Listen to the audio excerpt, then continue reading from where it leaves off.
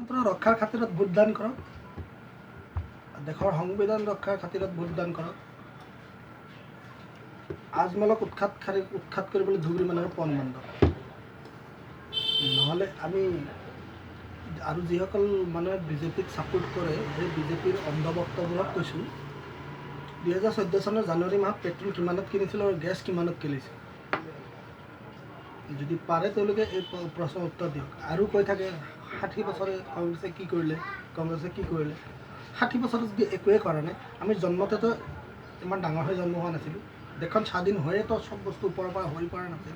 কংগ্ৰেছে অলপ অলপকৈ লাহে লাহে তিলকৈ এটা বস্তু গৈ দিছে এইখন দেশৰ বাবে। বিজেপি সেইসকল মানুহক কওক 2014 চনত মিঠাতেল কিমান আছিলে। যিসকল অন্ধভক্তৰ নিচিনা বিজেপি কৰি থাকে সেইসকলক কৈছোঁ, আজি তাৰিখত মিঠাতেল কিমান, আজি তাৰিখত গেছৰ দাম কিমান, পেট্ৰলৰ দাম কিমান।